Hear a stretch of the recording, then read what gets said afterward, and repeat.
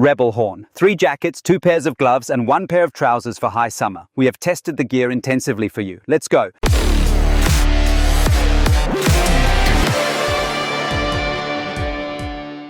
This summer, we had temperatures where you basically start sweating just by putting your helmet on.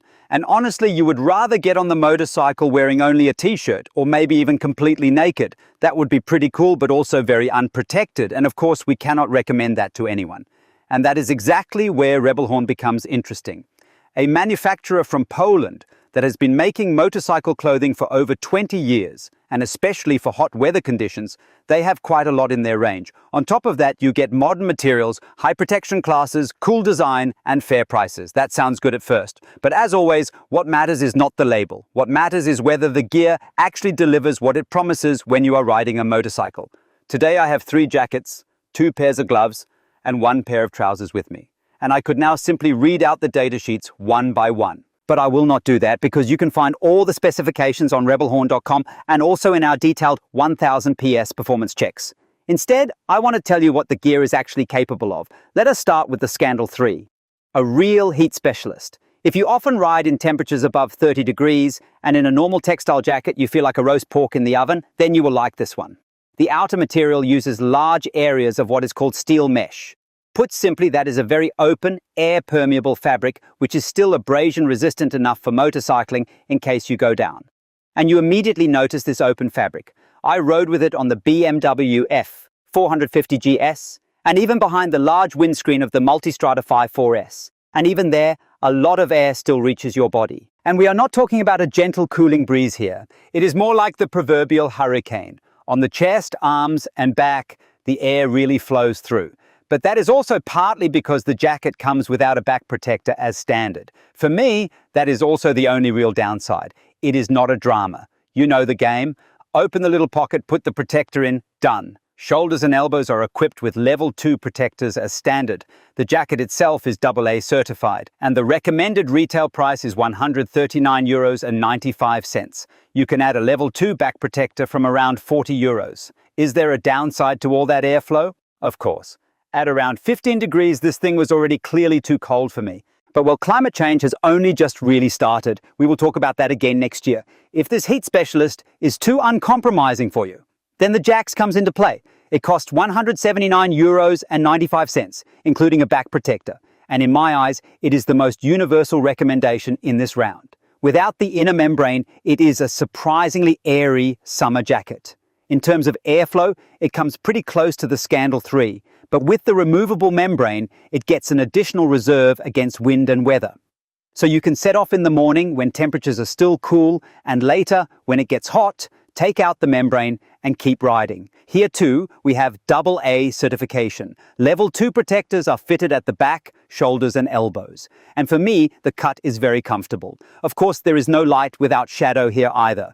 Fully equipped, meaning with membrane and back protector, the Jax weighs around 2.5 kilos. So, in summary, affordable, well-equipped, but of course not a featherweight. And because the membrane sits on the inside, the rider stays dry, but in heavy rain, the outer jacket can still soak up water. And then we have the Hardy 3.0. This one actually plays in a different league. This is not a jacket where you just put it on, close the zipper, and never think about it again. This is a proper 3-layer touring system for world travelers, connoisseurs, or people who enjoy configuring their equipment. A real transformer. Large ventilation panels, an optional thermal vest, and a membrane that can be worn either inside or outside. AA certification, level 2 protectors, and the back protector is included as standard here as well. The brilliant thing about it is the enormous range. Cold, warm rain, long motorway stage, gravel pass. You can adapt this thing exactly the way you want it. And the annoying thing about it is exactly the same. You have to adapt this thing very precisely to every condition. Zippers, panels, layers, straps. Anyone who enjoys technology and gear will love that. Anyone who just wants to jump in the morning and be left alone afterwards, maybe less so. The jacket costs €379.95. The matching trousers cost €259.95. Together, we are therefore at just under €640. That is, of course, no longer cheap. But there is also a hell of a lot of technology and function inside. Bottom line, the Rebelhorn jacket range makes a lot of sense to me. Scandal 3, if maximum ventilation matters. Jax, if you also want a lot of airflow but need an additional weather reserve. And Hardy 3.0 if you experience what feels like 4 seasons in one day on a bigger tour and you are willing to reconfigure your gear accordingly. With the gloves, the decision fortunately becomes easier again. The Core costs €49.95. It is short, light, airy, and very direct on the throttle grip. But we have to be very clear, only level 1, short cuff, and relatively little leather. For the city, everyday use, and normal country roads, I think it is great. For full throttle and maximum protection reserves, it would not be my first choice.